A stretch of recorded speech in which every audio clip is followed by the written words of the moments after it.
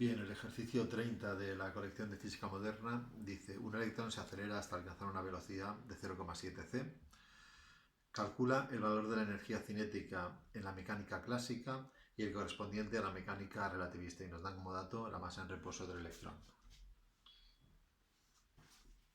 Bien, el primer dato que me han dado es que 0,7 c es la velocidad a la cual se está moviendo este electrón, y por otro lado también la masa en reposo del electrón es 9,1 por 10 a la menos 31 kilogramos.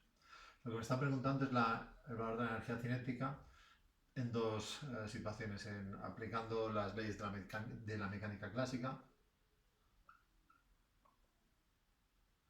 y por otro lado también las de la relativista.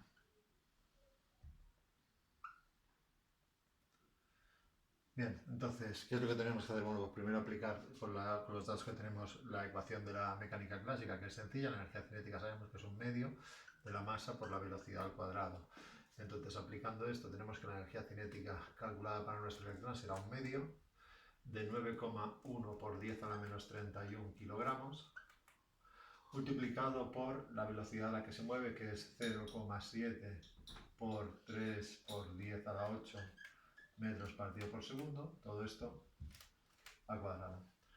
El resultado que obtenemos para la energía cinética calculada según la mecánica clásica es que esta energía cinética es 2 por 10 a la 14 joules.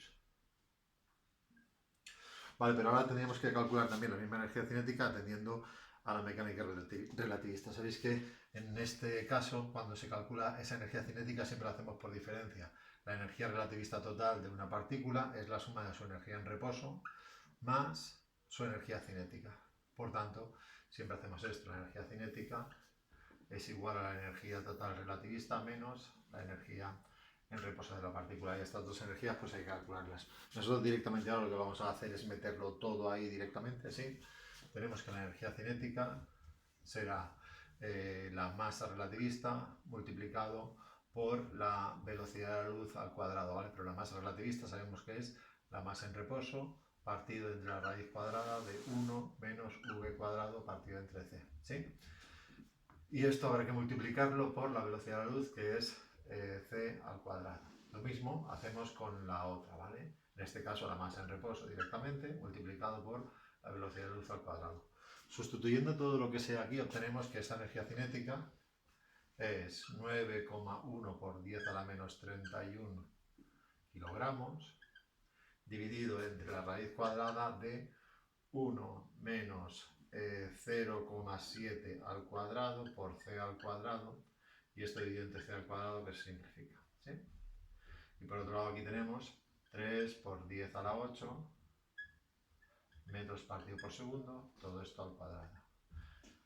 El término de la energía en reposo pues es la masa en reposo, que es 9,1 por 10 a la menos 31 kilogramos, multiplicado por 3 por 10 a la 8 metros partido por segundo.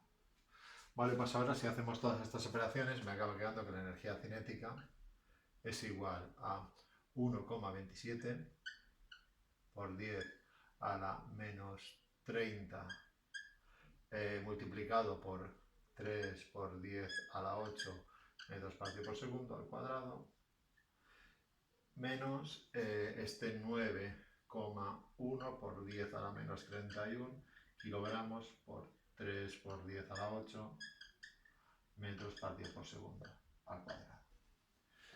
Bien, y al final obtenemos que esta energía cinética es esta diferencia, es 1,15 por 10 a la menos 13 menos 8,19 por 10 a la menos 14 joules. Y al final acabamos obteniendo un valor de 3,3 por 10 a la menos 14 joules.